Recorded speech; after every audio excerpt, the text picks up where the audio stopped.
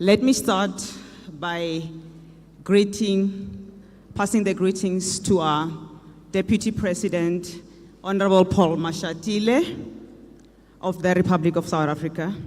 Greetings to our ministers and deputy ministers, MECs that are here today, traditional leaders, all civil society organizations. I would love to pass my greetings to everyone that I did not mention and all protocol observed. I am today representing what we call the women's sector in the civil society, as I will be giving my message of support. The 16 days of activism for no violence against women and children abuse gives us yet another opportunity to commit in a fight to combat gender-based violence and femicide in South Africa. During this 16 days of activism, people around the world unite to raise awareness about gender-based violence, challenge the discriminatory attitudes, and call for improved laws and services to end violence against women and children for good. This one, I will direct it to the government.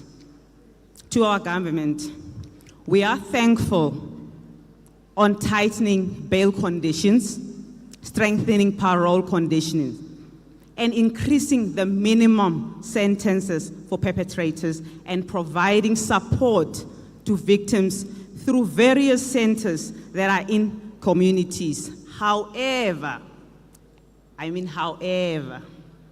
we call on the government to support civil society organizations with more funds to keep on the fight against gender-based violence and femicide. Our government should create a conducive environment for us to win this fight, and we definitely have to win it. This one, I'm challenging the private sector. We remain thankful of the work that the private sector is doing in reviewing their organizational structures, where now we see women in CEO, COO, CFO positions that were predominantly for men.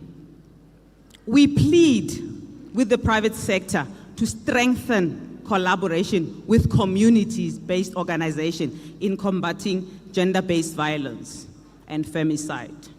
Through what we call corporate social investment, this can be done.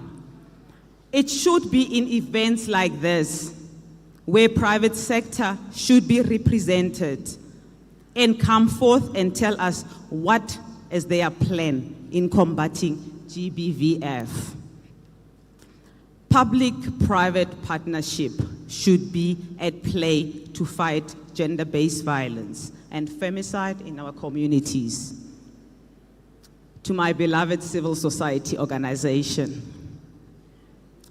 we are thankful and wish strength and tenacity to the CSF groups to continue with the good work that they are doing in working tirelessly to combat and root out the gender-based violence and femicide in our society. Although we have challenges faced, the following sectors should find a way of working together in combating GBVF. The women's sector, the children's sector, the disability sector, men's sector, our PLHIV sector, the LGBTI, and the FBO sector. We seem to be working in silos, and that does not help us to fight on GBV. We have to win this. To our victims, you are not alone. You have a right to help. You are worthy and deserving of a safe space and healthy life. We are in this together. Amanda, viva!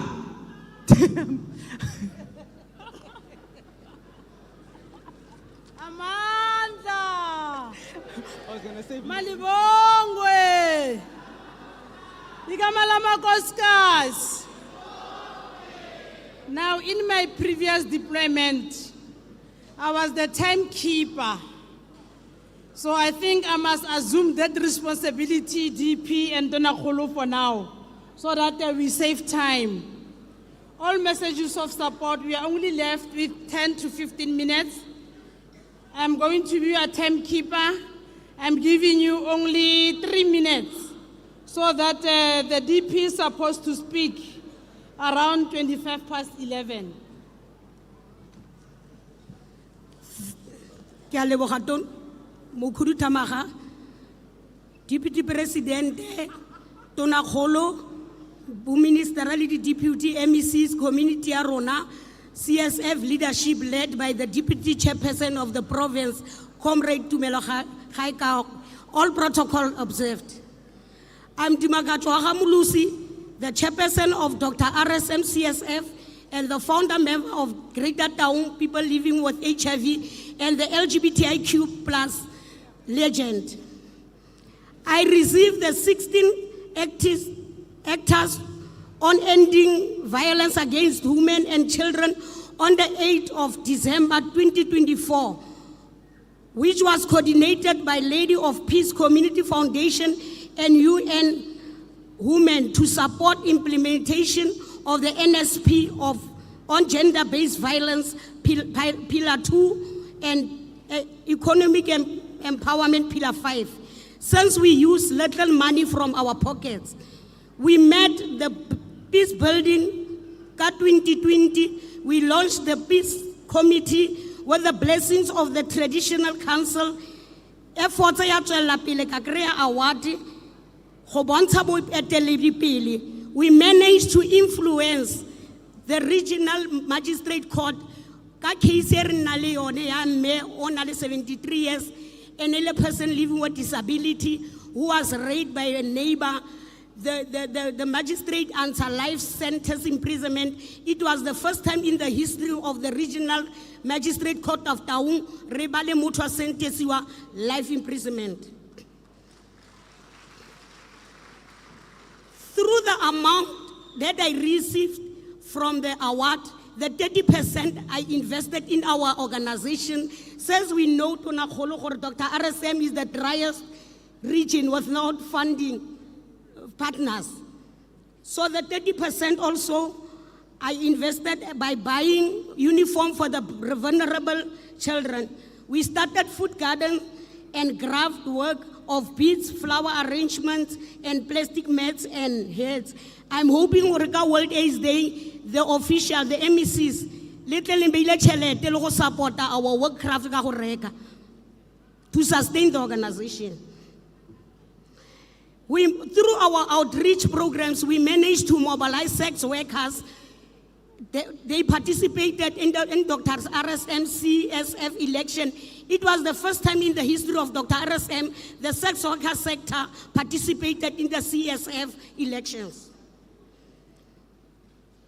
We established 2 committees, peace committees. We plead to the government to fund NPOs to continue to implement GBV programs, especially Dr. RSM as arena funding programs.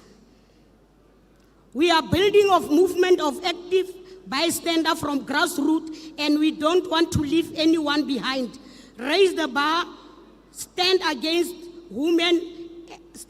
violence of women and children. Amandla! Thank you very much, Baholo Barona. Wakanatumela Memila.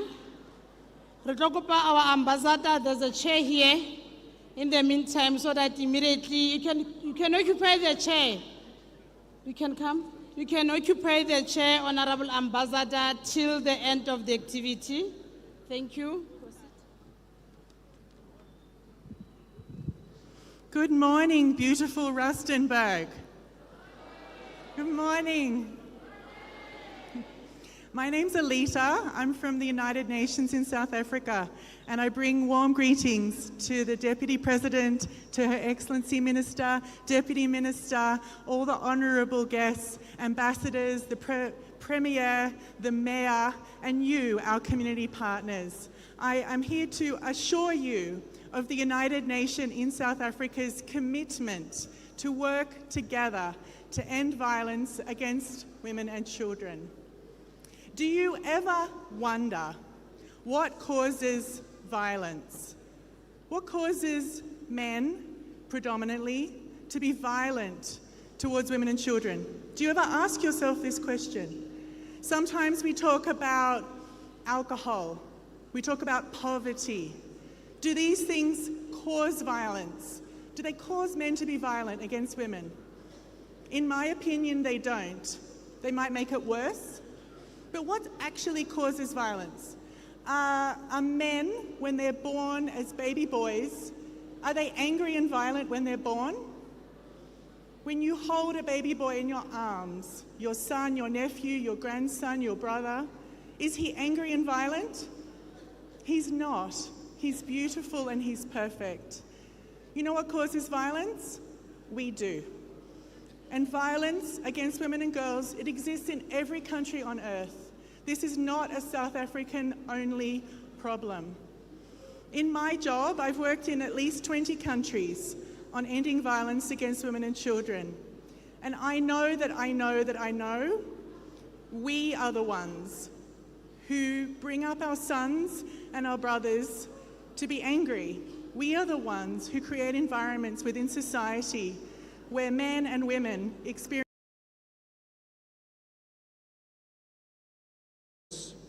So we need to look at new ways of fighting it. We need innovation. So together with the Office of the Presidency and together with Masai Mayana Women's Rights International in Buffalo City, we came up with a way to use football. So I know that cricket and rugby is very important, but football is, after all, the biggest sports in the world. It's the biggest sport in South Africa, it's the biggest sport in Norway, it's the biggest sport everywhere, maybe with the exception of the United States of America. So is there a way we can use football to change society? So Masai Mayana in Buffalo City, they designed a program that is community focused. You know, you reach out to the suburbs of Buffalo City and the townships. And I think we are happy to have Leletu Nguta here from Masai Mayana. She is the program manager, and she has actually also been a Banyana player. And another thing that Norway and South Africa have in common is that our women's team in football is doing better than the men's team. So it's great to have a former Banyana in this program. But it's really about using football to change society. Is there a way that football can be used? And we think, yes, we can change mindsets in the communities, among community leaders, among parents, among boys, among men, among women, by using football. We work hard to influence the whole of the community and to promote women's agency and decision-making by using the power of sports and the power of football. Football has normally been male-dominated. It is not anymore, not in Norway, not in South Africa, not in the world. And we see a great potential in using this arena. Also, of course, to promote women's football, but most importantly, to fight gender-based violence. And who knows, maybe as this project is underway on the outskirts of Buffalo City, I have seen the players themselves, they are very talented. Maybe some of them will end up in Banyana, and that will be yet another platform to fight gender-based violence. So again, thank you very much for this opportunity to talk about the project. And again, we are very proud for this partnership together with the Presidency and Masai Mayana Women's Rights International. Thank you.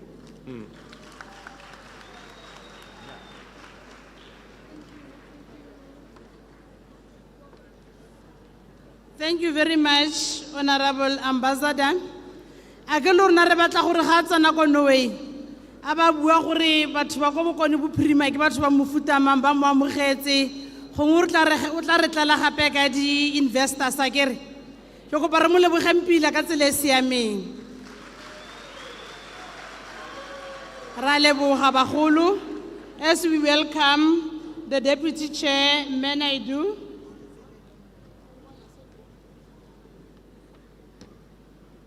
Thank you, Program Director.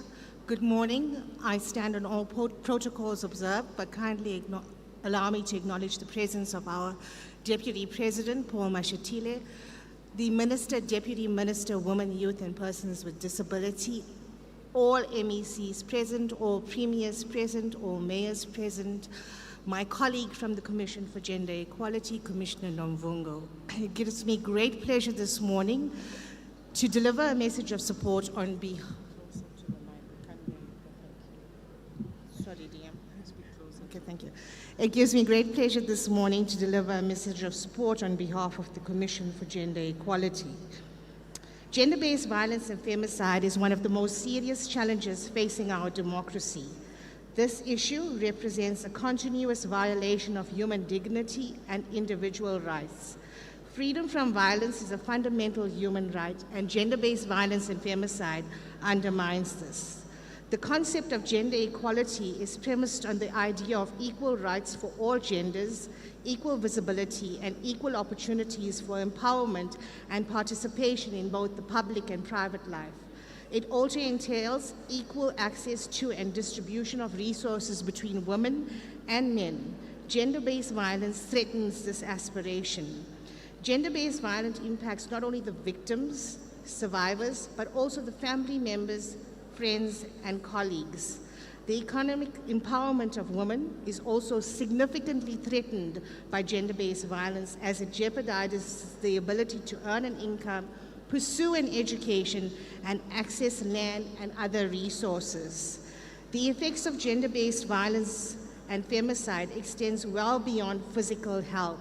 They also adversely affect mental health, potentially leading to self-harm, isolation, depression, and suicidal tendencies. Alarmingly, the services available to combat gender-based violence and femicide in South Africa are equally inadequate. The conditions of Thuthuzela care centers, victim-friendly rooms, and sexual offences court in various provinces are disappointing. Many women are denied access to these essential services, which is deeply concerning. The Commission for Gender Equality has conducted assessments of these services, and the findings raise significant concerns.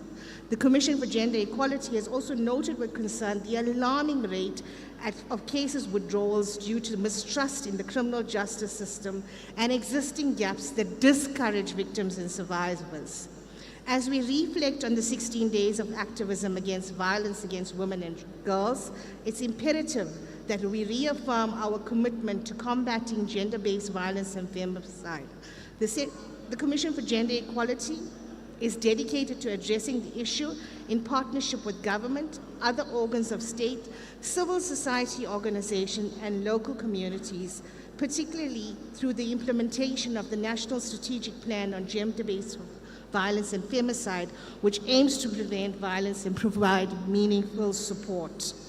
In fact, we look forward to midterm review of the implementation of the NSP, with emphasis on the NSP being the responsibility of all in society.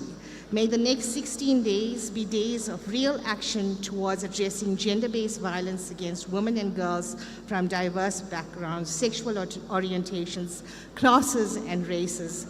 Let it not be just lip service, but a real cause of action. I thank you.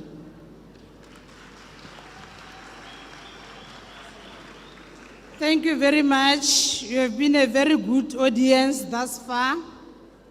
Motlotlo ko tlase go a utlwala. Yaanong re tsena mo go reng kgosi ga se bone o mphile tetla gore nka nne ka emisa kgosi dithupa tsa ka tsa moretlo ga di mo metsing ke neile tetla ga gona kgomo e ke tla e ntshang gongwe ke gore ke na le tlhasenyana ya madi a segosi ke ka moo ke neilweng tetla eo gore a nkganyana ra leboga re ga se bone gore o neile tetla eo kgosi e mpusang ke tlo kopa re emeng ka maoto as we stand up and welcome to the stage Re Kgosi Maotwe, the provincial chairperson of traditional leaders and Khoisan in the Northwest Province. Ra leboga mongwa mmule re tlhompile le ka dula fatshe bagolo ba rona. Bagolo ra mogela kgosi jalo.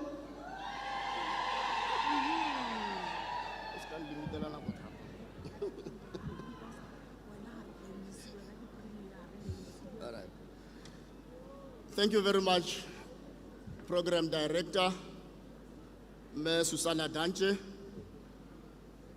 Tlaki tsena ko e bagaetso simuso gore kere ke dumedise Your Excellency the Deputy President of the Republic of South Africa, Re Paul Mashatile, the Premier of the Northwest, Ntate Lazarus Mokhosi, dikgosi tse di leng fa bahumagadi botlhe ba ba tlileng tirong ya gompieno, ministers who are present, deputy ministers, members of the Executive Council, Bakhuduthamaga, executive mayors and mayors, ditheo tse di leng fa tsa chapter 9, all the ambassadors tse di leng fa, the DGs and the HODs of departments, distinguished guests, mekgatlo e farologaneng e re leng fa gompieno go tla go thusana mo segajajeng sa rona,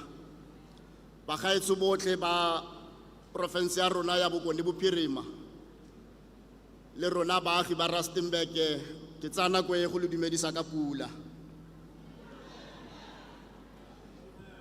Program Director Kiema Afa, on behalf of traditional leaders in the province, we want to applaud our government, both at national and provincial, in bringing services and awareness to the people of Northwest. But also want to make remarks in as far as the GBV is concerned. And lastly, we want to share with the society and the people of Northwest on the interventions by the institution of traditional leaders, and to reaffirm our support to fight GBV in our province. It is too soon for a lebale ka the role played by women mo nageng ya rona. Go bonako gore ka be re lebala gore the injustices by the previous government ke tse di feng mo go bomme ba naga ya rona. Mme ra re without shame re ka mpa ra tswelela to cherish the crucial role played by women in the liberation of this country. Deputy President, we are saying it demonstrates a transformative commitment and a significant recognition of women by government, that today we have women in strategic positions that previously we could not find them. Gompieno re na le di judges tsa bomme, gompieno re na le bakhuduthamaga ba bomme, di CEOs tsa bomme. Mme re a itse gore re ba bone re a ba eleletsa masego gore ba tswelela yalo to rise mo di positioneng tse ba tsenang mo go tsone. Back then, we are saying traditional leaders was a male-dominant sector. Today, mo nageng ya rona, we are proud to record that we have women traditional leaders. In the executive deputy president of the provincial house, we do have a representative, Yabomme, which is Kgosi Mothibi. Unfortunately, she's not here with us. Fa re godisa bana ba rona, we raise them with equal possibility ya bana ba basimane ya gore le bona they can also succeed mo di positioning tse re leng mo go tsona. Maybe we are encouraging our communities gore, ga go sa tle go tshwana le maloba, where only boy children can inherit tse batsadi ba bone ba di tlogellang bone. We are equally saying go matshwanedi gore le bana ba basetsana ba inherit boswa jwa batsadi ba bone. Within our families, we do have, in our communities, we have people living with disability. And we are saying as traditional leaders in the province, we cannot allow a situation where they are called names and they are continued to be isolated. Ke batho ba rona mme ebile re a go tshela le bone, re ba fa tlotlo e ba e tshwanetseng. It will be suicidal of us not to support the collective effort to end violence against women and children. We strongly condemn any form of violence to women and children in our society, as that poses a serious threat to our constitutional democracy and the general erosion of social cohesion. During the term of the former Deputy President Tate Mabuza, he implored the institution of traditional leadership to act against GBVF in the province. And realizing the extent at which the country is plagued with GBF, hereafter are the interventions we resolved on. That GBF is real and possibly prevalent in areas under traditional leadership. Therefore, has to be treated and handled as pandemic. Not long ago, COVID. In the same spirit that we treated and handled COVID and other pandemics,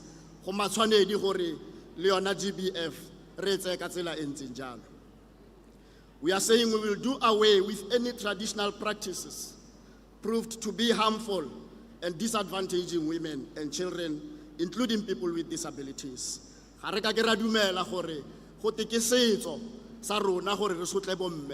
we are going to continue those practices they are promoting bomme le bana ba rona le tshomarelo ya bone le tshireletso ya bone re tswelele ka tsone.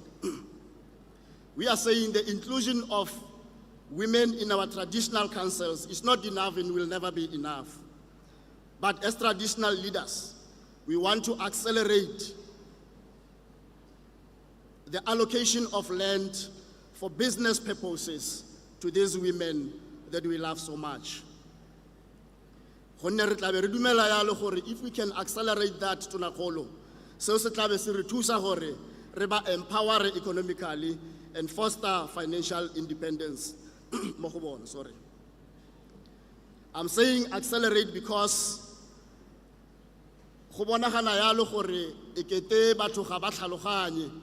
people are continuing to say mahosi kgotsa traditional administration itima bomme ditšhono itima bomme allocation ya lefatshe. And we are saying that is not true. On daily basis mahosi a rona ko metseng, our traditional councils ba tswelela yalo gore ba fe bomme mafelo a go nna le mafelo a go dira dikgwebo. Gonne mme bile ga re accelerate seo tona kgolo re tla be re dira jalo re lebeletse gore re tla be re fa bomme matla a gore ba ka tlhama ditiro tse di tla fokotsang botlhokatiro mo provinceng ya rona, mme dire ditiro tse di tla impacta mo malapeng a farologane mo metseng ya rona, go lebelela gore ntlha ya poverty le yone re leke go ifokotsa.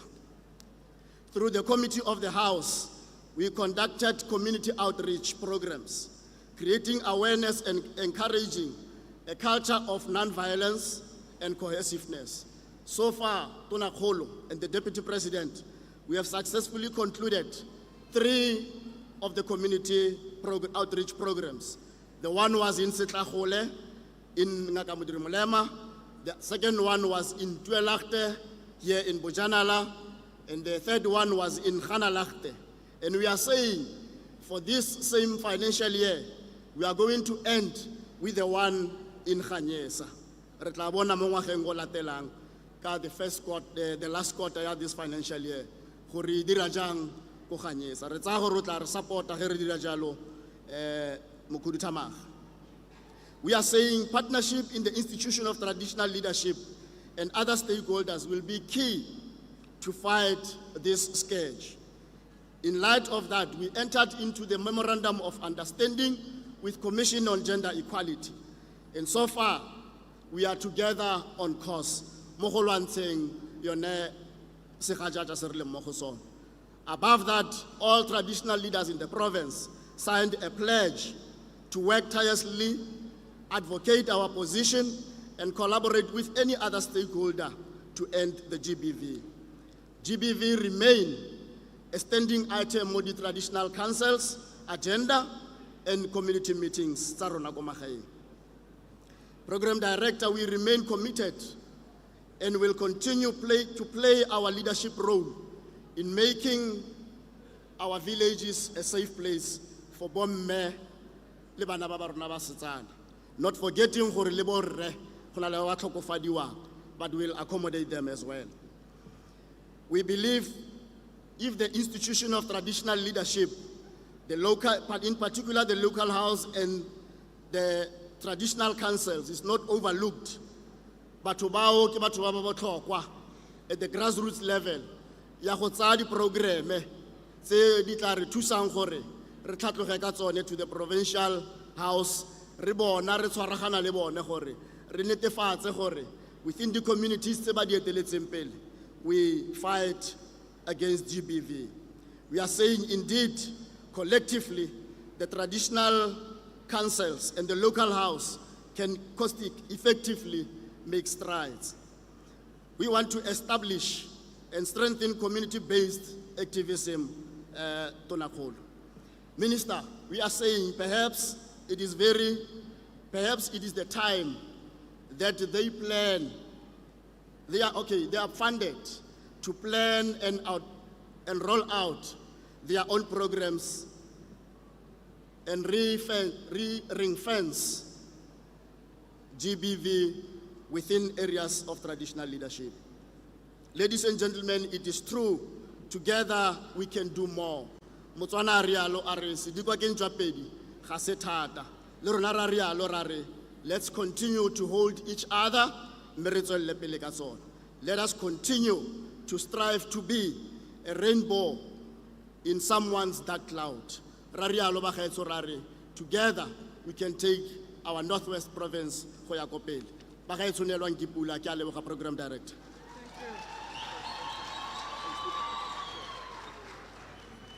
Thank you so much, Khosi Maotwe, who's the provincial chairperson of traditional and Khoisan leaders.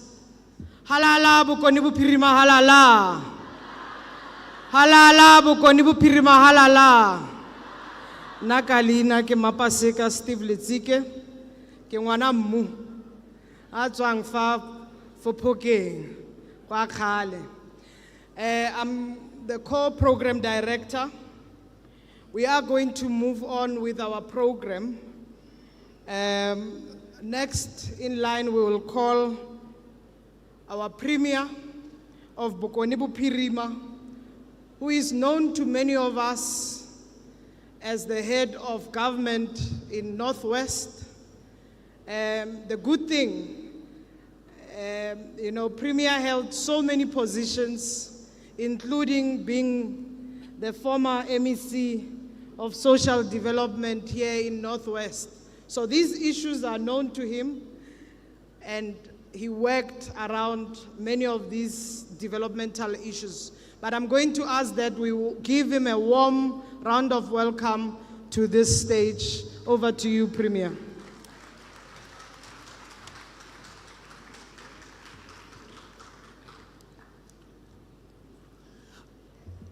Halala, Bokoni Bophirima halala. Halala, Northwest halala. Ke a leboga.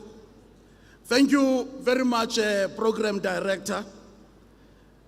Deputy President, Your Excellency Paul Mashatile, the Minister for Women, Youth and Persons with Disabilities, Sindiswe Chikunga, Minister of Social Development, Sisisi Tolashe, Deputy Minister of Women, Youth and Persons with Disability, Ntate Steve Letsike, all MECs present here today, members of the National Parliament and the Provincial Legislature present here today, the Executive Mayor of Bojanala District Municipality, Councillor Susan Changen, the Executive Mayor of Rustenburg Local Municipality, Councillor Sheila Mabale Huma, the Speaker of Rustenburg Local Municipality present here today, all councillors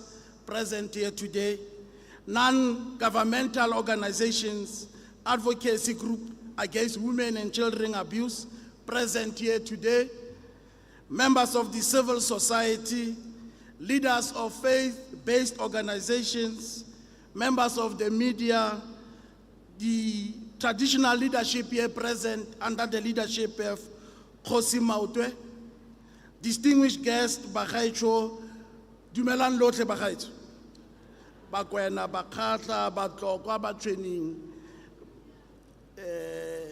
Batlhaping le ba botlhe. Ra le lebogisa.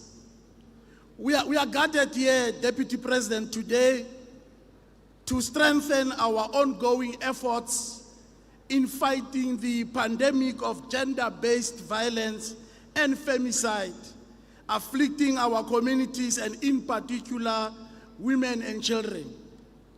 We remember and pay homage to all the victims of this pandemic, and we commit to bolster all our strategies to deter the crimes related to gender-based violence and femicide.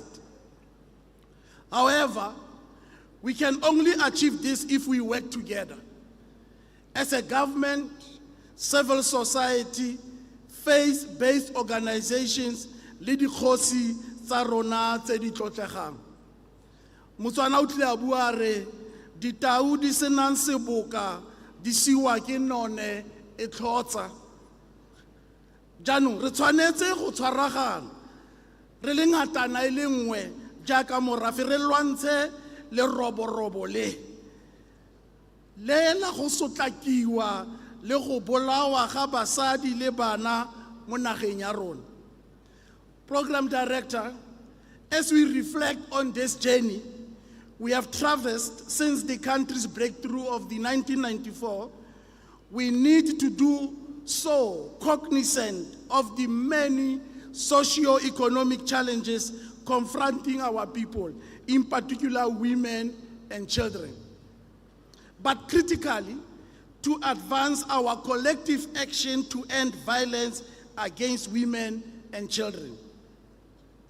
What does this mean? It means emphasis must be centered around strengthening partnerships and collaborations with all our stakeholders to build a safe and gender-based violence-free society. Deputy President, our province has since in previous years seen an increase of about 4.8% in crimes incidents related to gender-based violence and femicide when compared to 2022. During this period of 2023, over 1,300 cases were reported to the police, with a significant number recorded on incidents related to domestic violence and sexual crimes. And therefore, this is a sign that we have a very serious problem in the province. If we can report 1,300 cases to the police. But also what we have realized, the abuse of alcohol was highlighted as a key factor in exacerbating these incidents, often occurring in environments like taverns and shebeens. But in response to that, the Northwest Province, as these cases rises, we allocated funds to support about 20 non-profit organizations, NPOs, which provide support to victims in terms of empowerment services across the length and breadth of the province. These services include shelter, which is a temporary shelter, counseling, and court preparation for our survivors. And therefore, these NPOs, they are services related to providing shelter, counseling, including preparing our victims as we go to court.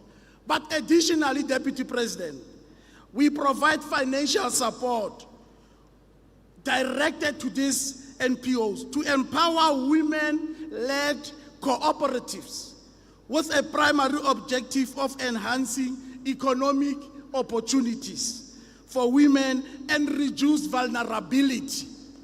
Because we realized that also vulnerability of women makes them so vulnerable to the extent that they become susceptible to abuse and gender violence.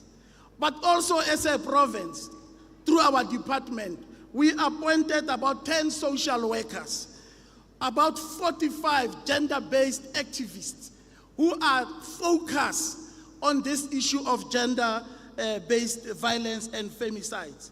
And this case, these people who are appointed are placed in areas of concern. Mafikeng, Ratlo, Taung, Kuseleka One Stop in Vryburg, Lekwatema, Matlosane, JB Max, Madibeng, Rustenburg, and in all these municipalities to fully implement the 365-day program in all these districts. Furthermore, Deputy President, we have allocated 24 million rand to these NPOs to improve accessibility of their services and also at the same time to create jobs in this province. As a result of these interventions, close to 5,000 victims received psychosocial services in the last 6 months because of this funding and extension of these services and our NPOs, a very good work in the province. We have also increased, Deputy President, efforts to target hotspot areas with additional resources and coordination between law enforcement and community stakeholders. Because we believe that through this collaboration, in particular in our hotspot, we'll arrive at our own objective.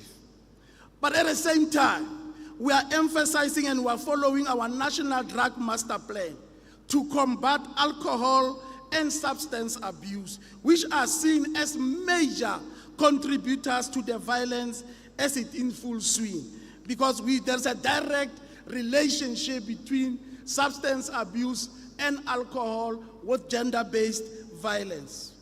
We have also implemented, Deputy President, the court watching briefs programs at different magistrate offices, about 23 of them in the province.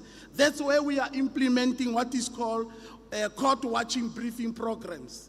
This initiative, Minister and Deputy President, is primarily aimed at enhancing the professionalism of the South African police services when dealing with cases of this nature. Because we believe the magnitude of the cases deserve a particular professionalism.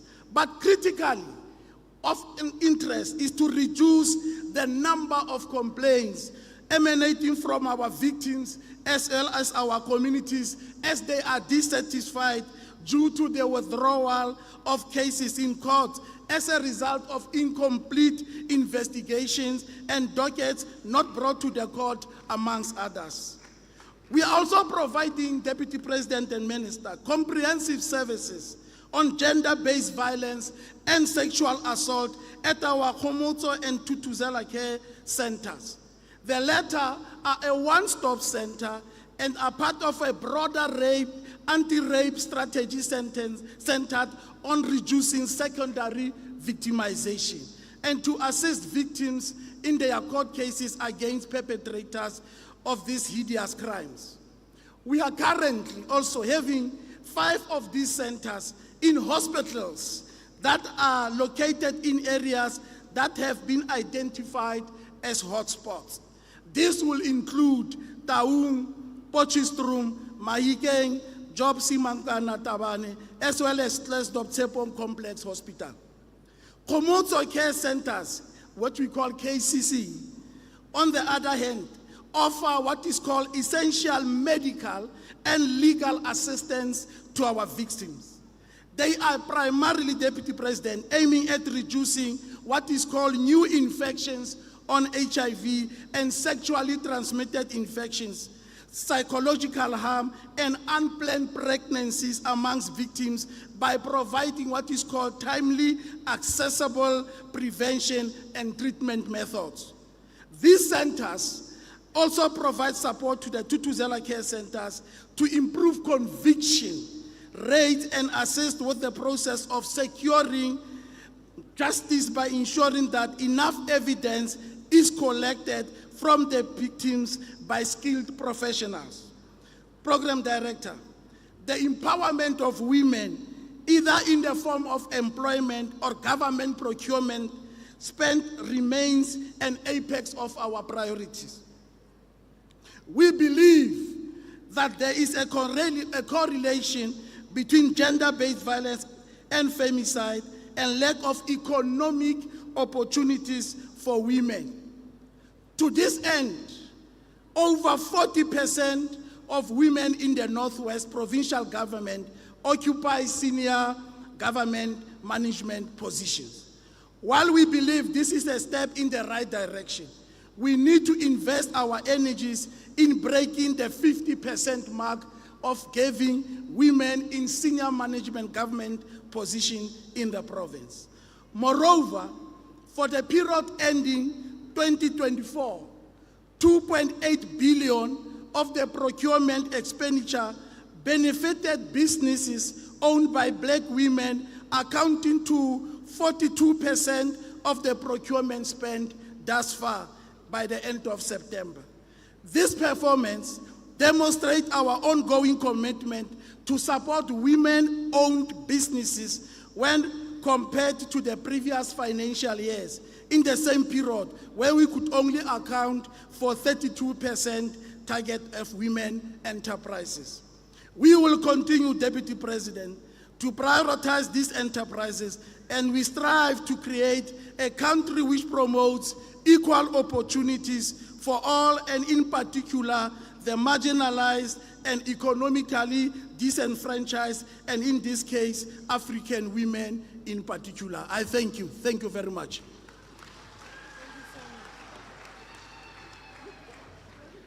Thank you so much, Premier. Deputy President, it is possible to get to gender equality in Northwest. Halala, Northwest, halala. It is possible to end poverty in Northwest. Halala, Bokoni Bupirima, halala. We have heard from our Premier, who has shared the state of the province in response to gender-based violence, and at the helm is ending poverty and changing the socio-economic status of the people of Northwest. So thank you so much, Premier. We're going to move now to get the remarks by the Minister of Social Development, Minister Sisi Tolashe, who's also known to many of us. She's leading one of the most biggest or largest women movement in our country through the ANC, but she's deployed as the Minister of Social Development. In my portfolio, I took after her. So let me welcome Minister Sisi Tolashe. Malibongwe! Malibongwe!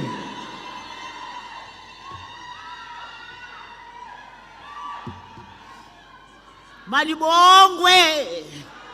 Igama lamakhosikazi. Phansi nge-GBF phansi. Phansi nge-GBF phansi. Thank you very much, Program Director, the Deputy President of the Republic, His Excellency, Honorable Paul Mashatile, the Minister in the Presidents for Women, Youth and People with Disabilities, Premier of Northwest, Honorable Lazarus Kagiso Mukhosi, which presented a very exciting report on behalf of his province. Ministers present here, deputy ministers, honorable MECs, our counterpart who's also a program director,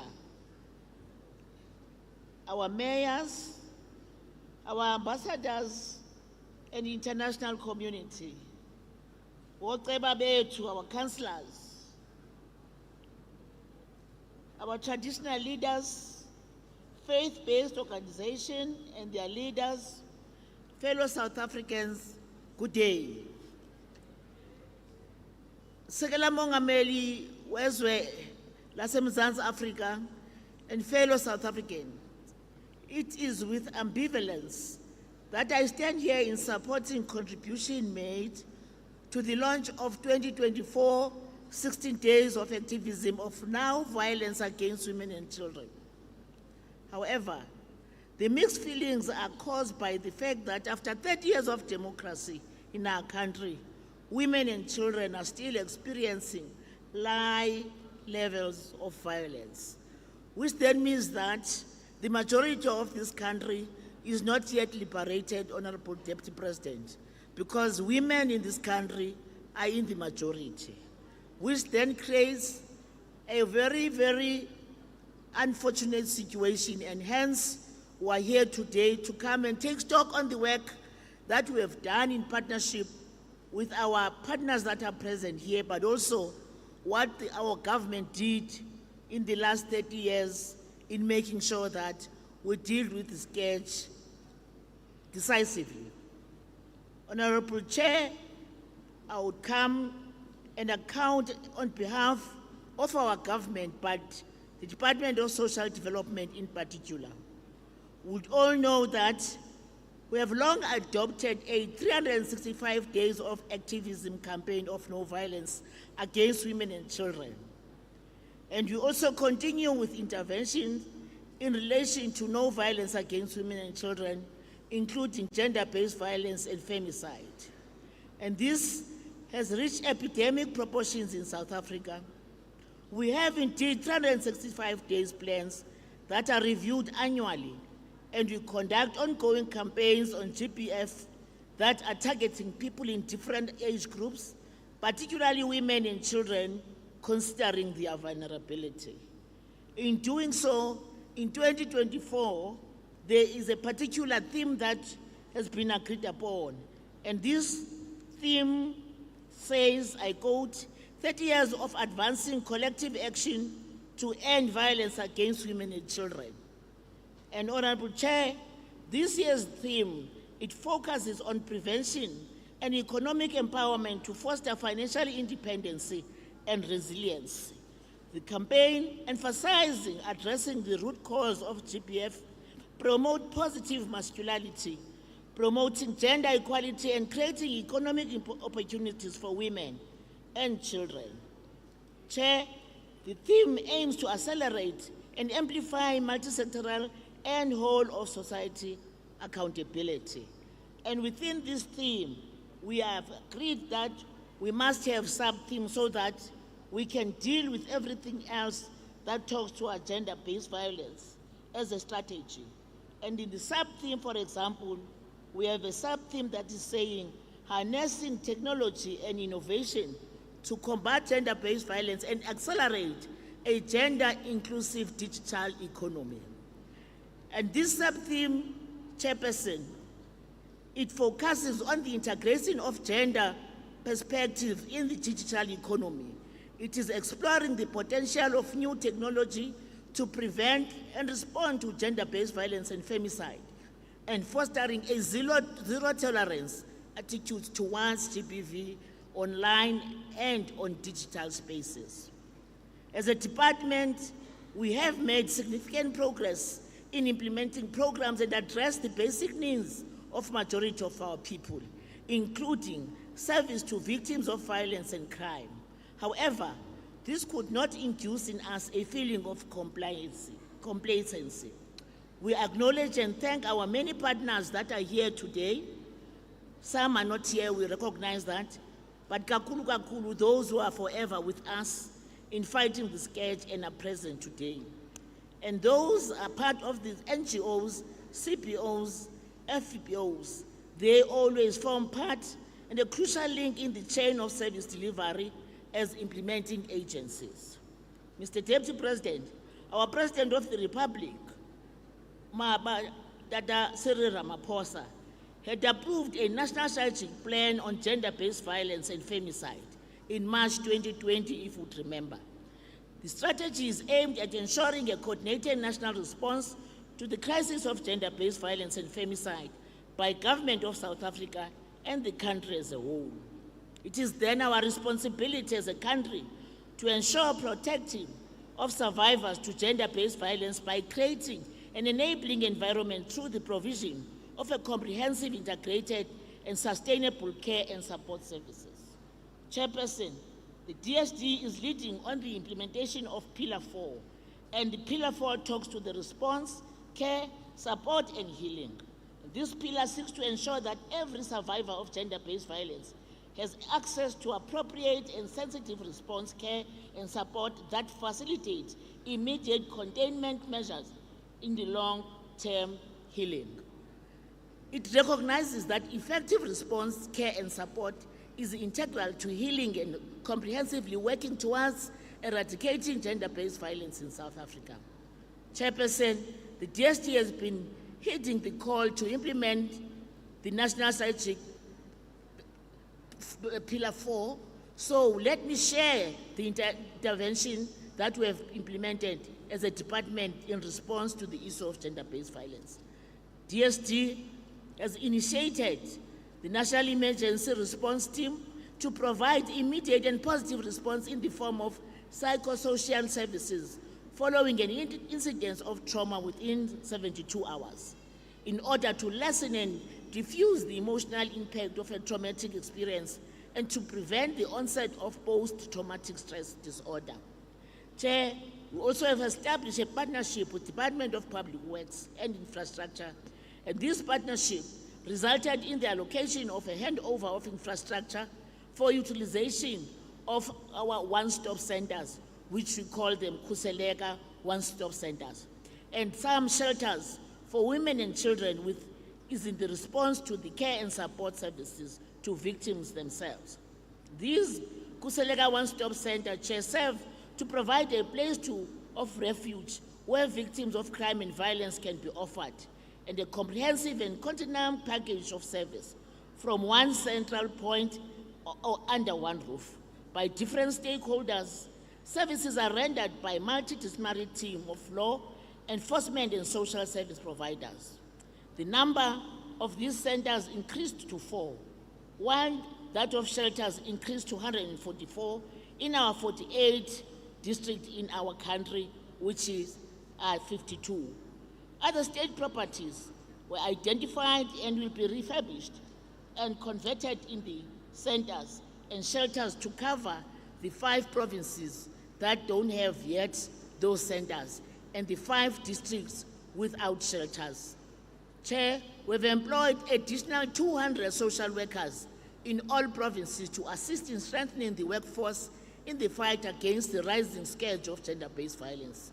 We all remember that during the COVID-19 period, through a partnership entered into with NEDLEC and South African Council for Social Services Professionals and Solidarity Fund, this was aimed at ensuring the provision of victim center survivor. It focused on accessible quality services. Some of these officials were being placed in shelters and victim-friendly rooms to offer psychosocial support services.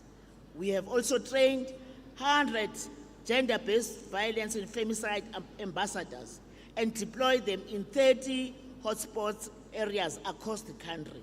Our aim was to intensify our prevention activities in the 30 GBV hotspot areas as a turnaround situation in the fight of the scourge.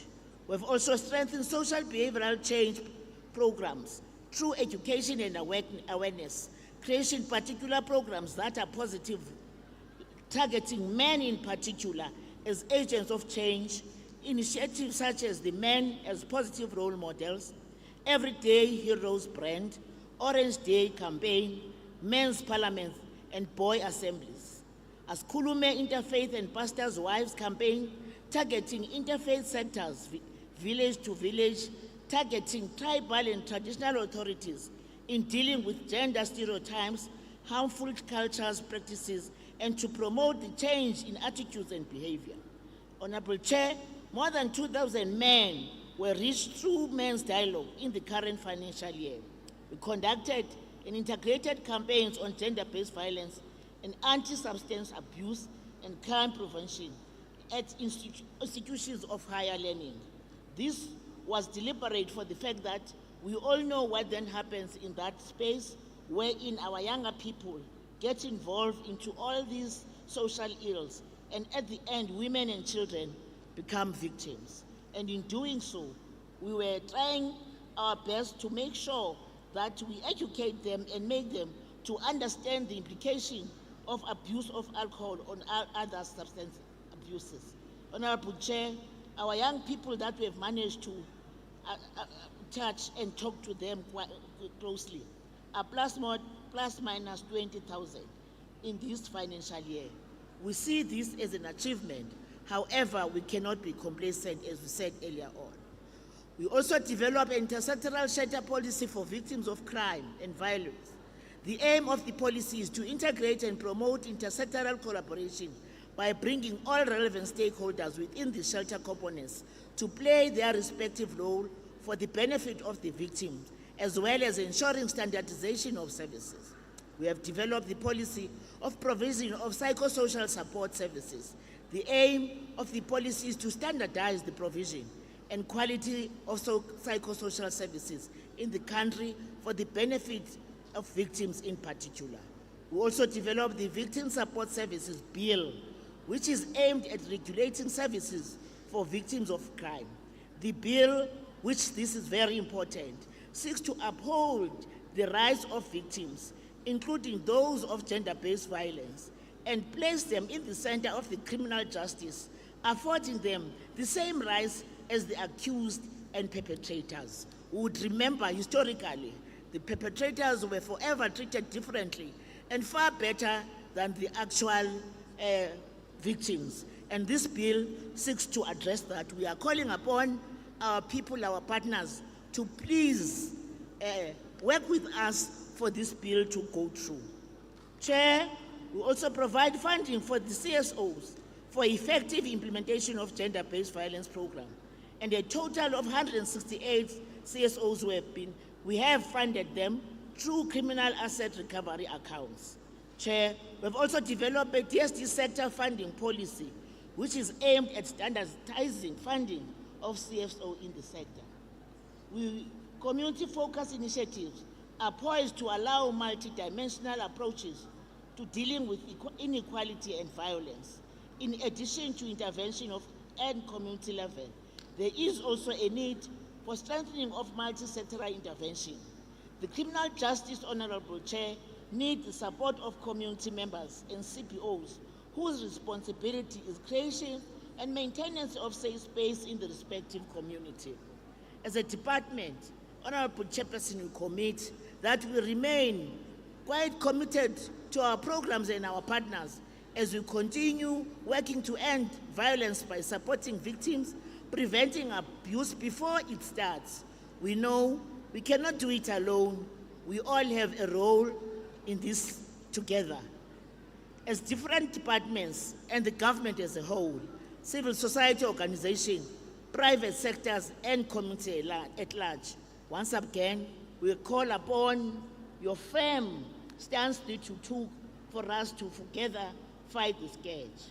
Honorable Chairperson, Bantu Basekhaya, we cannot end gender-based violence and femicide if we don't break the silence, if we don't overcome the stigma, and if we don't report cases to authorities for a prompt response and follow-up.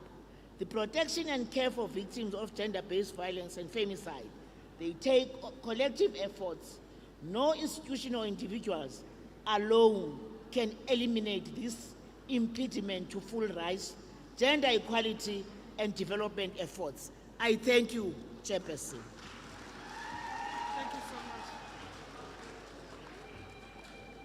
Thank you, Minister CCC Tolashe. Baramutsimakaye, makeishene a rona, ditoropo tsa rona should be free of violence. The NPOs, civil society are important. Make sure that you are compliant, your documents are very clear in your mission to get access to resources to support the work that you are doing. Now, before I call upon Minister in the presidency, I'm going to ask Deputy President for us to have an item. This item will be performed by Magakwe a setso. La ba itse Magakwe a setso? La ba itse or la ba utlwela? Okay, a re boneng Magakwe a setso. Over to you.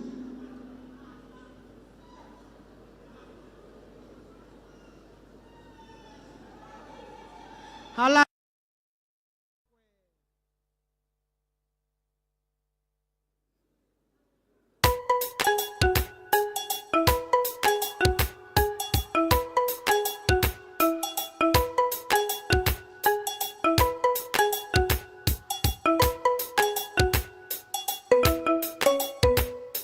Linda Kaibata,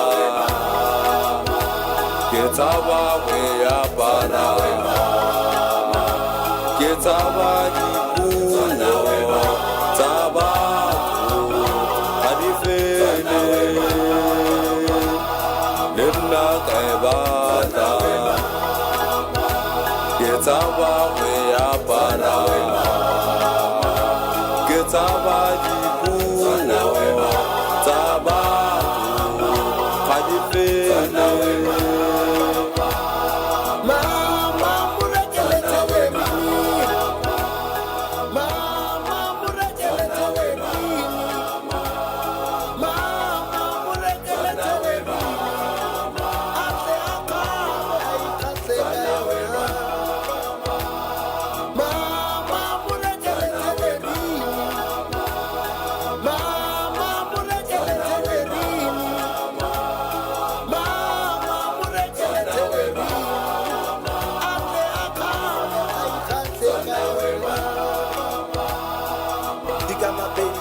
Wakaki onorokoli di boti ke bak mele wa gago mpala di bal umpatla telerin umpatla magadi ke bone se gotsa me dira khadi your commitment ya tlalekatse tsimologo le bokutlo le fat ntela ba phantsi nkopa bohlale mosese wa gago mpotsa ditlhale tota le musu ngala le gas you are so beautiful and breakable glass how to pass the khosa selas teleriri le mosese le mal ha ke bua nnete ba re ke tlhapa ke tlhapile tififi kubile khala mosese wa gago mpeletsa mawaza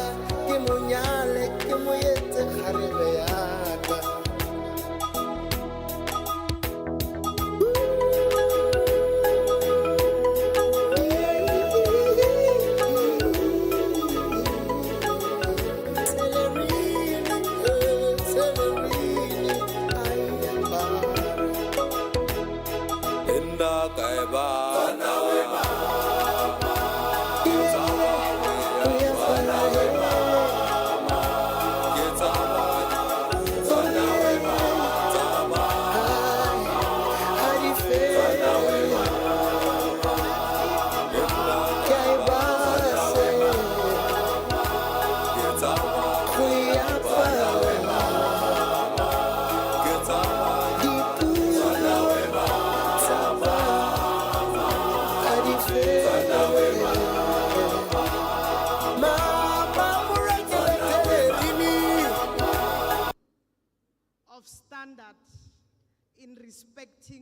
another human being. Enough for violence against women, against children, against persons with disability, against LGBTI community, and against men. We are saying enough is enough. Phansi gender-based violence, phansi. Phansi gender-based violence, phansi. With those words, I'd like to introduce our Minister in the Presidency, Minister Chikunga, who's responsible for women, youth, and persons with disability. Minister is not new to serving at this level. She previously was the Minister of Transport. She also served as a Deputy Minister of Transport as well as Deputy Minister in the Public Service Administration. We welcome you, Minister. Let's give her a round of applause.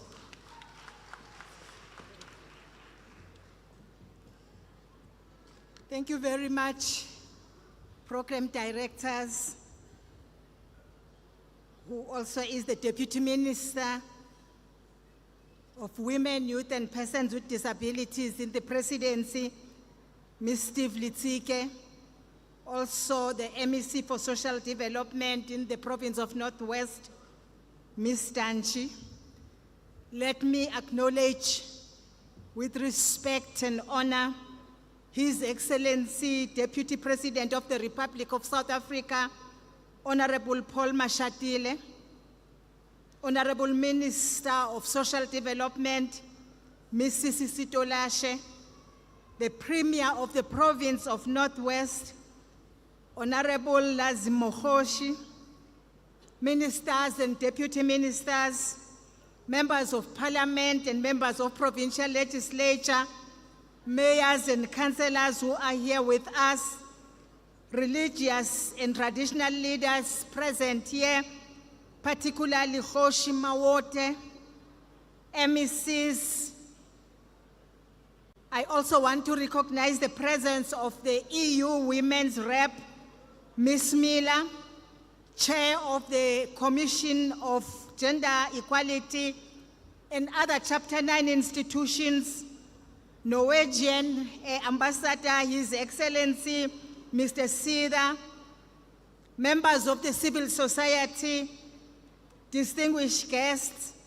Let me also acknowledge the presence of the DG of the Department of Women, Youth and Persons with Disabilities, Advocate Maluleke, and other government officials who are here with us, members of the media, community of Bojanala and the Northwest Province. Halala, Northwest Province, halala. Eita, Bojanalo, eita. Program Directors, thank you very much for the opportunity to briefly reflect on the significance of 2024 16 days of activism against gender-based violence and femicide before calling on our Deputy President, Honorable Paul Mashatile, to deliver our keynote address under the theme, 30 years of advancing collective action to end violence against women and children. We observe the 16 days of activism as part of our 365 days war on gender-based violence and femicide. These 16 days are part of an international campaign that shines a spotlight on one of the world's most persistent violations of human rights, violence against women and girls. Through this campaign, we aim to rally all of society to reflect, to prevent, and to put an end on the historic and ongoing channels through which violence against women is being reproduced at systemic, structural, household, and individual levels. We are therefore deeply honored to be among dedicated thought leaders, activists, researchers, and communities of practice who are tirelessly working to address these pressing and pervasive injustices facing women from all walks of life. As you know, 2024 has been a memorable year for women. This year marks 70 years since the adoption of the historic Women's Charter in 1954, 68 years since the historic Women's March in 1956, and almost half a century since the United Nations First World Conference on Women that was held in 1975 in Mexico. We also mark 30 years since the Beijing Declaration and Platform for Action towards, amongst others, the elimination of all forms of violence against women and girls. Deputy President, I'm pleased to confirm that South Africa has completed its country report which covers the past 5 years and will soon be depositing it to United Nations. In tandem with our new young democracy, this year also marks 3 decades since the 1994 Charter for Effective Equality, a document that affirmed, I quote, "At the heart of women's marginalization is a patriarchal order," close quote, that is rooted in colonialism and its apparatus of exploitation. With all these historic milestones, no one of consequence would dare challenge the fact that we stand on the broad and brave shoulders of the women who came before us. Generations of women who fought tirelessly and courageously against overwhelming odds. Our fight against the scourge of gender-based violence is therefore a continuation of this heritage, a heritage of fearless women who knew then, as we must know now, that women will be their own liberators. We echo the voices and clarion call made by women who gathered at the First World Conference on Women in 1975, when they declared that, and I quote, "The problem of women who constitute half of the world's population are the problems of society as a whole, and that changes in the present economic, political, and social situation of women must become an integral part of efforts to transform the structures and attitudes that hinder the genuine satisfaction of their needs. We have got to change these attitudes towards us smilingly if necessary, angrily if necessary, and aggressively if necessary. Otherwise, there will be no such thing as true equality," unquote. We call on all social structures of society, religious and traditional leaders, young and old, men and women, to disrupt what Professor Phumla Gqola described as a patriarchy script. This is the script that, according to Phumla, has conditioned men to feel entitled to more of everything, including more of women's time, more of women's labor, and more of women's bodies. Due to this patriarchal script, South African women live under what Phumla amply refers to as the female fear factory, the constant threat of violence against women's bodies and psyche, which has allowed many within our society to view women as safe to violate and disposable. Program Director, we recently interacted with the House of Traditional and Khoisan leaders. We warmly welcome the commitment of our traditional leaders to the fight against gender-based violence, particularly in rural communities.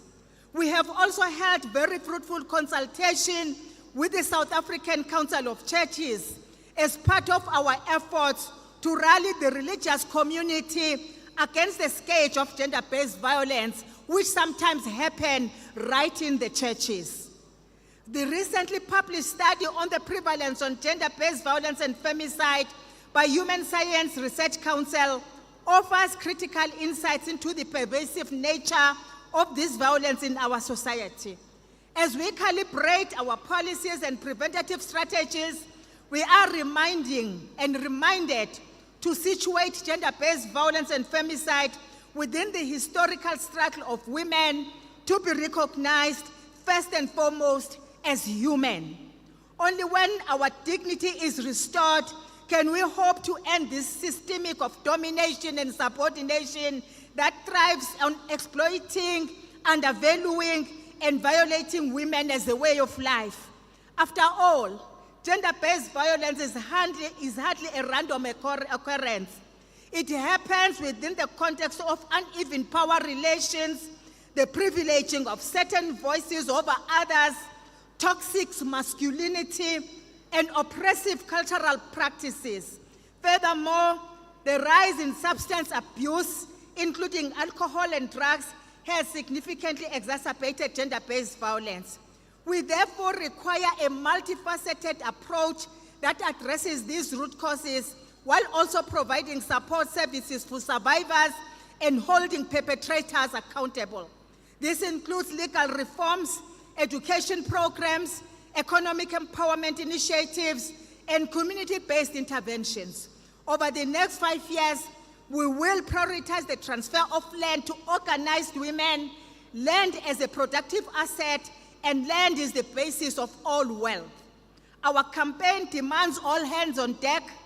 It requires political will, which we have, adequate resources, and sustained commitment to bring about meaningful change with increased investment directed towards this critical intervention. Let us stand together and declare that no woman will live in fear. No child will grow up in danger. No survivor will stand alone. We say no to gender-based violence. Working together, we can do a lot more. Program Director, I now have the privilege to introduce the former MEC of Transport, Roads and Public Works, who was instrumental in the conceptualization and implementation of what we now know as Gautrain. The former Premier of Gauteng, the former Treasurer General, and current Deputy President of the African National Congress. At this point, it is my singular honor to invite a leader who needs no introduction to South Africans to deliver the keynote address and officially launch the 2024 16 Days of Activism Against Gender-Based Violence and Femicide. Our Deputy President of the Republic of South Africa, Honorable Paul Shipokosa Mashatile. Over to you, Deputy President.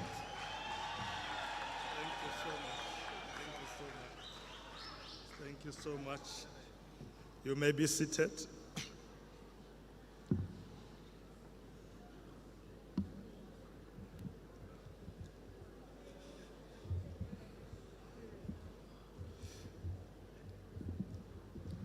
Thank you. Yeah, as long as I can see my text. Thank you very much, DM Litsike.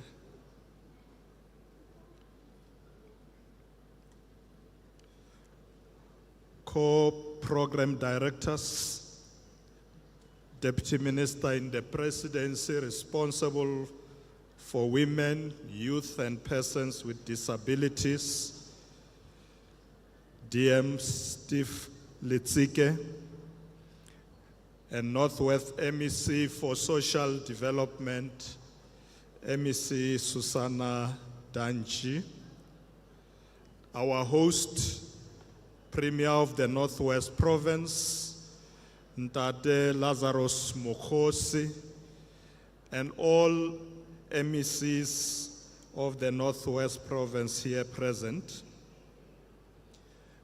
Minister in the Presidency responsible for women, youth, and persons with disabilities, Mesindiswa Chikunga, Minister of Social Development, Mesisi Dolashe, Ministers and Deputy Ministers here present, Mayor of Rustenburg Local Municipality, Councillor Sheila Mabale-Huma, Premiers and Speakers of provincial legislatures from other provinces who are here, Executive Mayors and Councillors who are here, Chairperson of the Commission for Gender Equality, Chairperson of Salga in the province, Khosi Mautwe, and all traditional leaders present here today, leaders of faith-based organizations, leaders of the private sector, leaders of civil society organizations, ambassadors and UN representatives, leaders and leaders of academic and research institutions, members of the media, invited guests, fellow South Africans, Dumela. Setšhaba sa Bokone Bophirima, Dumela. Le tsogile. Le nna ke tsogile. Program directors, I stand before you today as we mark the beginning of the 16 days of activism for no violence against women and children, a campaign that calls upon each one of us to take a stand against the injustices that continue to plague our society. This period, from the 25th November to the 10th of December, is a time for reflection, action, and solidarity.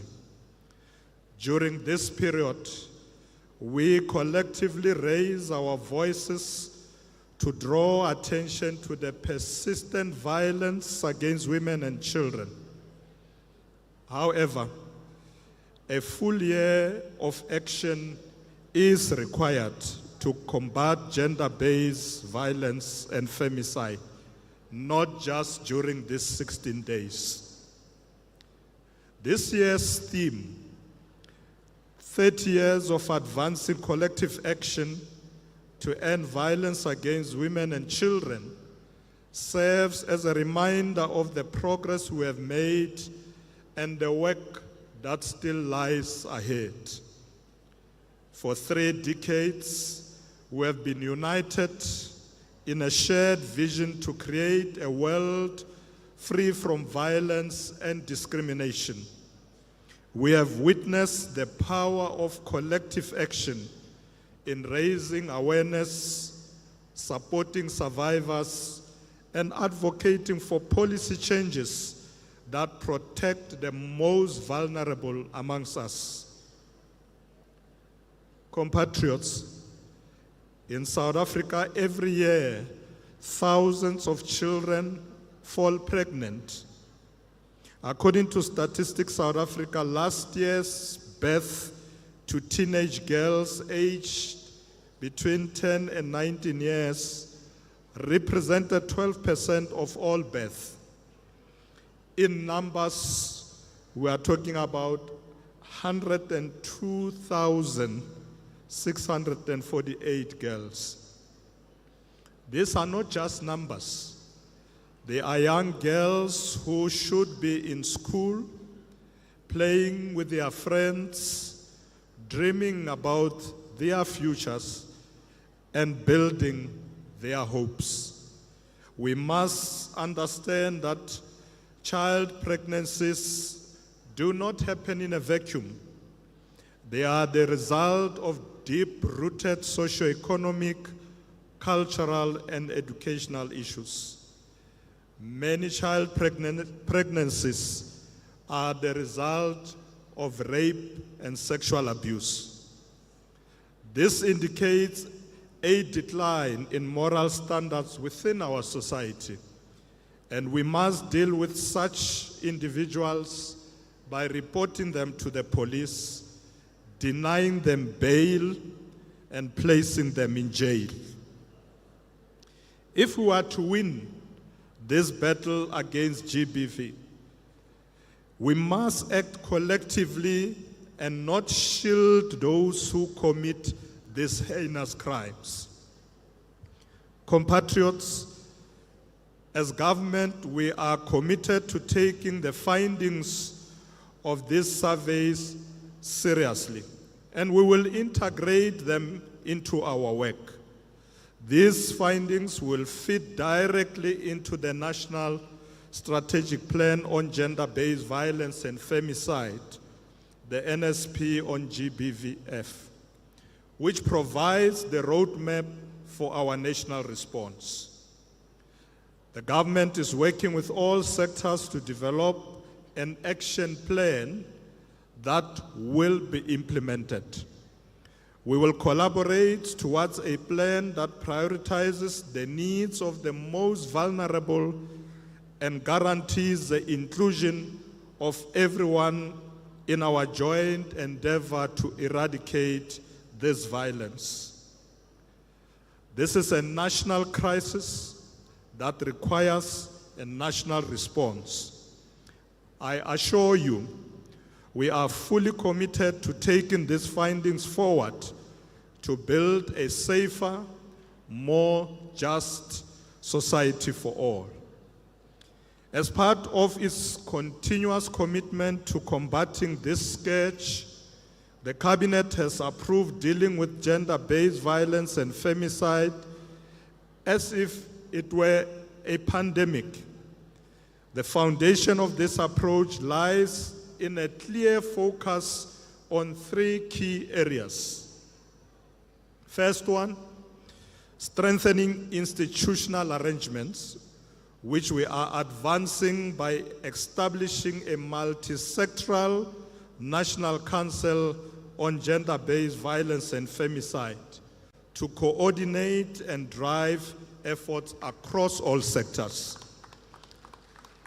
The second one, scaling up prevention efforts, including leveraging preferential procurement to help alleviate poverty, which is a key driver of this violence, whilst creating sustainable economic opportunities for vulnerable communities. And thirdly, we are enhancing the use of evidence-based approaches, ensuring that solid data, research, and the lived experience of victims and survivors inform all our interventions and policies. Fellow South Africans, let me also share with you some of the concrete actions we have taken over the past year to create a safer and more just society. We have passed laws that prioritizes the safety of women and children, including the Domestic Violence Act and the Sexual Offences Act. The National Council on Gender-Based Violence and Femicide Bill was signed into law by the President on May the 24th this year, establishing it as an urgent priority. We are also piloting online applications for protection orders, making it easier for victims to access the legal protection they need. As we speak, 68 courts have been upgraded to meet the minimum standards for the National Strategy on Reasonable Accommodations. This will ensure that all court users, including those with disabilities, have access to justice. We have completed the Gqeberha Forensic Laboratory and upgraded the crime administration system, enabling better management of crime data. Strides have been made in clearing the historical DNA backlog and prioritizing cases to ensure timely and effective justice for victims and survivors. We developed a category of crimes constituting gender-based violence, making it easier to identify and track cases in our legal system. The Women Economic Assembly, WECONA, launched in October 2021, has unlocked opportunities for women across key sectors such as the automotive, agriculture, mining, energy, manufacturing, and the health sector. The Presidential Women's Economic Empowerment Program has reached more than 6.6 thousand women entrepreneurs across several provinces, helping them to grow their businesses through preferential procurement opportunities. We have supported 270 civil society organizations across the country that provide direct services to victims and survivors with a total of 89.7 million rands in funding. And this is done through the Criminal Justice and Recovery Asset Funds. Approximately 96.9 thousand victims have accessed psychological support through the GBV Command Center. We have established 3 Kuselega centers and increased the number of designated health facilities to 57, ensuring victims have access to comprehensive support. The number of Tutuzela care centers in South Africa has been increased to 65 through partnerships with civil society and the private sector. These centers offer comprehensive support to victims, including medical care, psychological or social services, and legal assistance. The mining sector is also working to improve response, care, and support services for victims and survivors with a center sponsored in Limpopo and also here in the Northwest. Compatriots, these are the tangible steps that show our commitment. Using the whole of society approach, we will persistently assess the effectiveness of these interventions. We will focus on prevention and economic empowerment, recognizing the importance of financial independence and breaking the cycle of violence. We are committed to creating opportunities for women and children, ensuring they have access to quality education, employment, and resources that enable them to achieve financial independence. We must work together across all levels of society to drive systemic change and build a safer, more equitable environment for all. Compatriots, we must further collaborate to harness technology and innovation to combat gender-based violence and accelerate a gender-inclusive digital economy. We must have zero tolerance towards gender violence in online and digital spaces. The rise of the digital economy and the increasing use of technology in our daily life have introduced new avenues for perpetrators to harm, exploit, and abuse women and children. From cyberbullying and online harassment to the dangers posed by social media platforms, digital spaces can become a breeding ground for violence. However, we can also harness the same technology as a tool for change, protection, and empowerment. From using mobile apps that provide immediate support to victims and survivors, to artificial intelligence that can help us understand and cap this pandemic, the potential is vast. Mobile apps, helplines, and emergency response systems provide a direct link to safety, offering quick access to shelters, medical care, and also legal assistance. In South Africa, initiatives such as GBV Command Center, a 24/7 digital and telephonic support service, have proven instrumental in helping victims and survivors. We must leverage these advancements to enhance our prevention strategies, improve our response mechanisms, and ensure that no one is left behind. We should make the internet a place where everyone can feel safe and respected.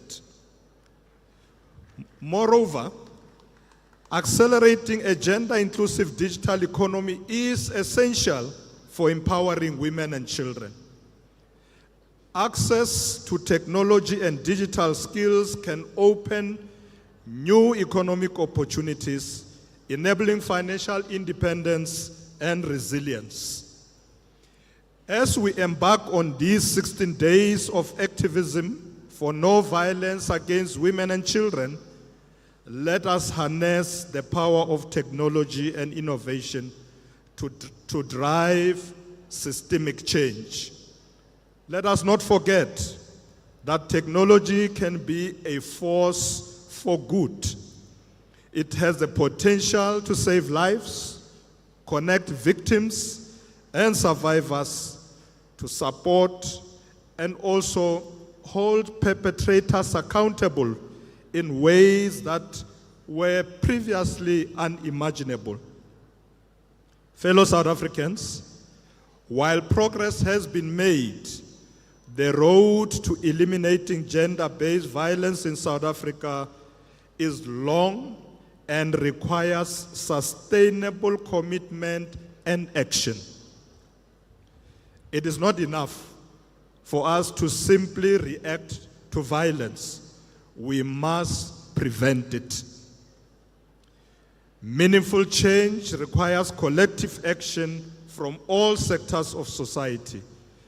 We must instill in our children, our youth, and ourselves that respect, equality, and dignity for every individual, regardless of gender, is non-negotiable. We must engage men and boys in this struggle because their participation is essential to ending gender-based violence and femicide. We cannot build a society free from violence if we do not challenge the harmful attitudes, stereotypes, and toxic masculinity that perpetuate it. These deep-seated beliefs are learned and passed down through generations, and it is only through collective action that we can begin to change this culture. We must fight GBV from its root causes. We call on all men to take the pledge to end gender-based violence and femicide. In this regard, a pledge for South African men to end GBVF offers practical ways for men to become allies. This pledge is a declaration of your commitment to speak against harmful behavior, stand up for vulnerable individuals, and work towards fostering respect, equality, and safety for all people. Your pledge is a pledge to not remain silent. Fellow South Africans, I urge all of you,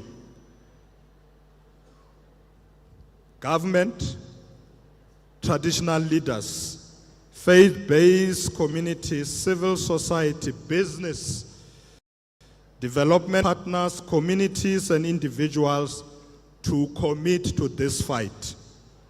Together we can make South Africa a country where violence against women and children is nothing but a dark chapter of the past. As we mark these 16 days of activism, let us renew our resolve and stand united in this fight for the sake of our mothers, our daughters, our sisters, and all women in our land. Our actions today will determine the future of our nation. A future where all women and children can walk freely in their communities without fear of violence. We have the power to shape this future. But we must all take responsibility, and we must do it now. Program directors, as I conclude, allow me to take this moment together with all of you to remember and honor the lives of many of our children, our sisters, and mothers who have lost their lives to this scourge. It is in your honor that we continue this fight. To all women who currently find themselves victims of gender-based violence, we want you to know that we are here for you. We love you, and we encourage you to speak out and step out. As government, we will do all it takes to protect you and ensure that you have a prosperous future. Ke a leboga. Thank you very much.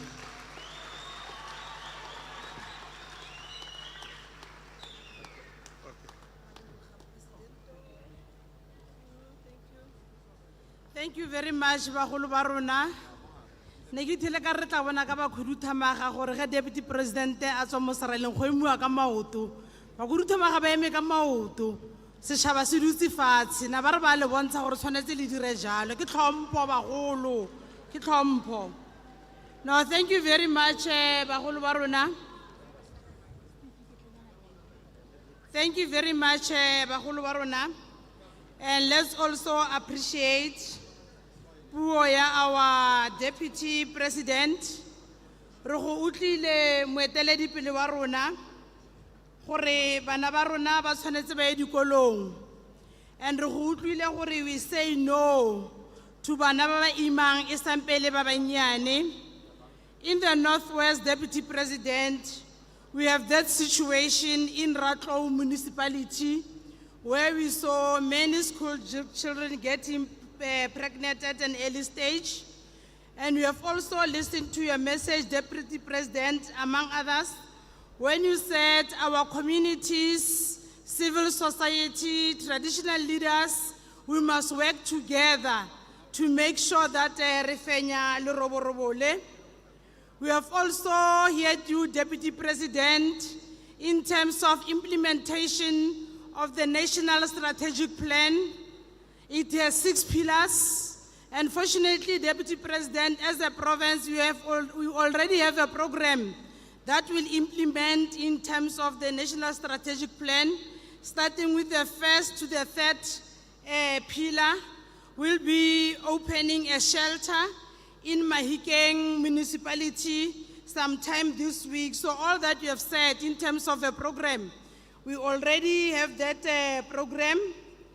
And we also appreciate what you said about women emancipation. For quite some time, women have been excluded from the mainstream of economy. And I must also remind you, our audience, that even the president, during the State of the Nation address, he declared that 40% of procurement must be biased towards women. I hope our women, you are ready for that 40%. Technology, indeed, Mr. Deputy President, is the future. And we must take our women along. We must empower them. It is our responsibility as government. We leave no one behind.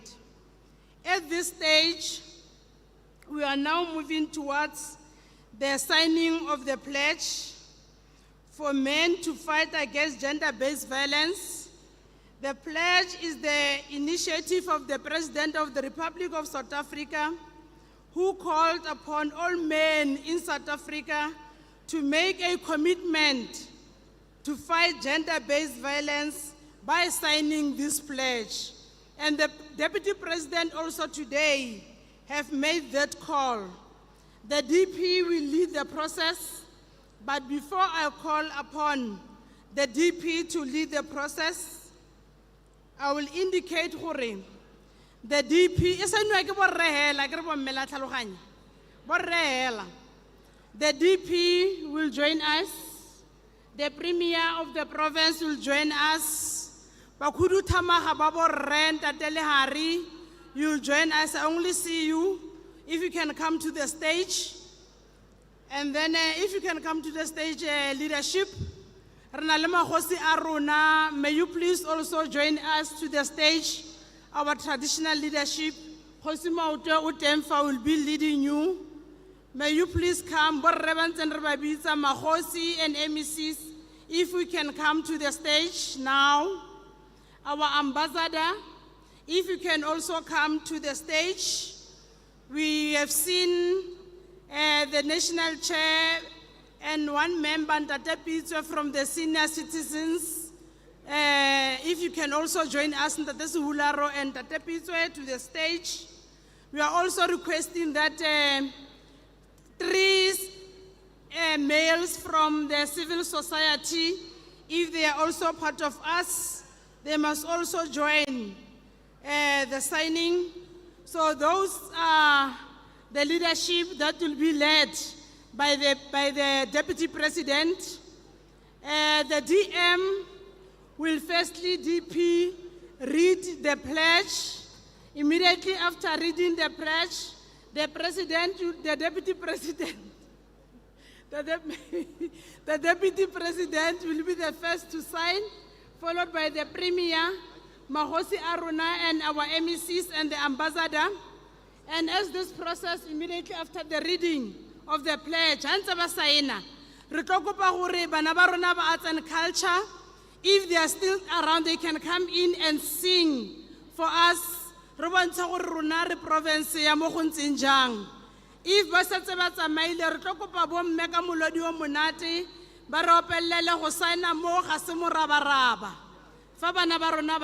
because I don't see them. Or they must just come in, but let's allow the DP first to read the pledge. DP. Thank you so much, MEC. Deputy President, I'm going to read the pledge before you sign it, and leading all the men together with the Premier and Mahosi.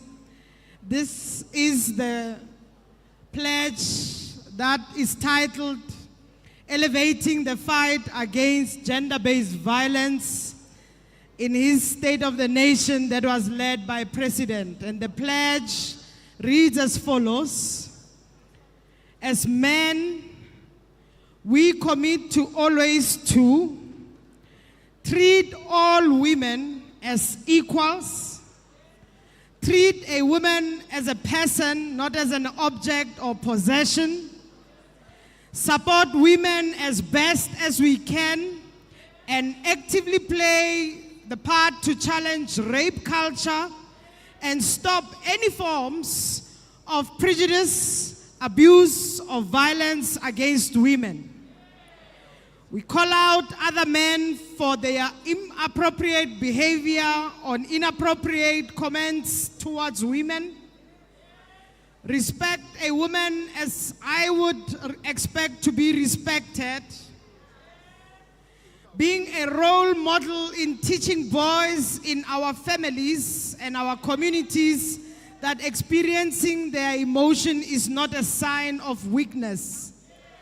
That violence is not a way to resolve conflict, and that women must be treated with respect.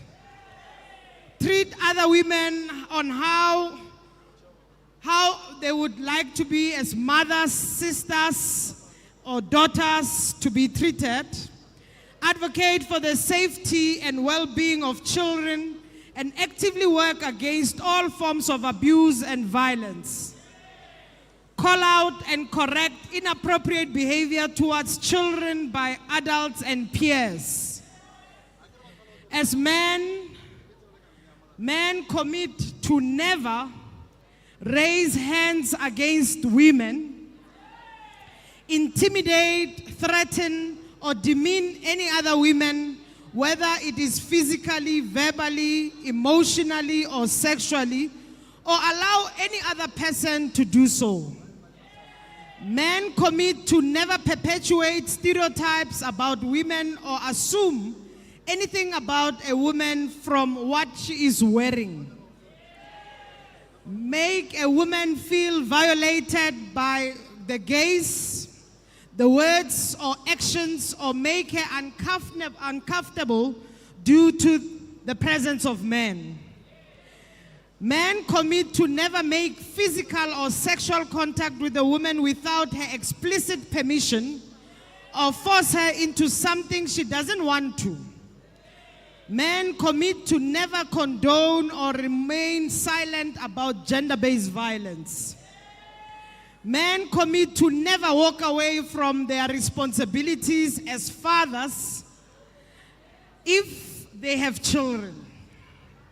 Men commit to never use their position at home, at their workplace, or any social space to undermine women's human rights and dignity. Men commit to never make children feel unsafe or uncomfortable with their presence, words, or action. And lastly, men commit never to engage in any inappropriate contact with a child or disregard boundaries for that matter.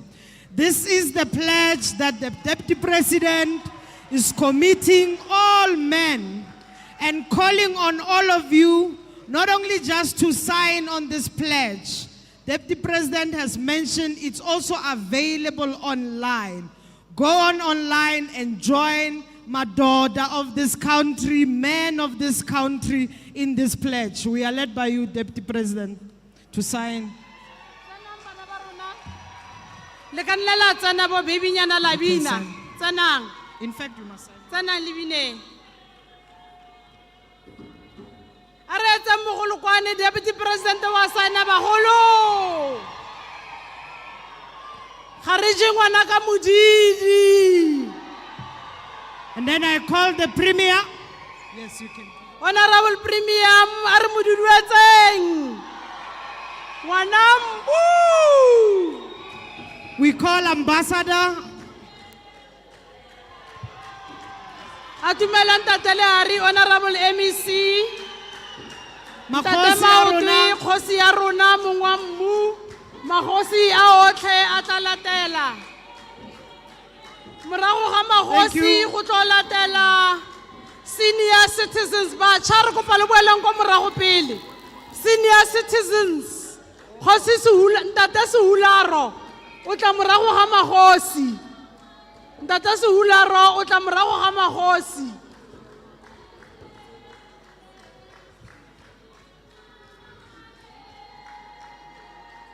Makhosi Le a ja rona ngwana ka tswela pele. modidi bagolo.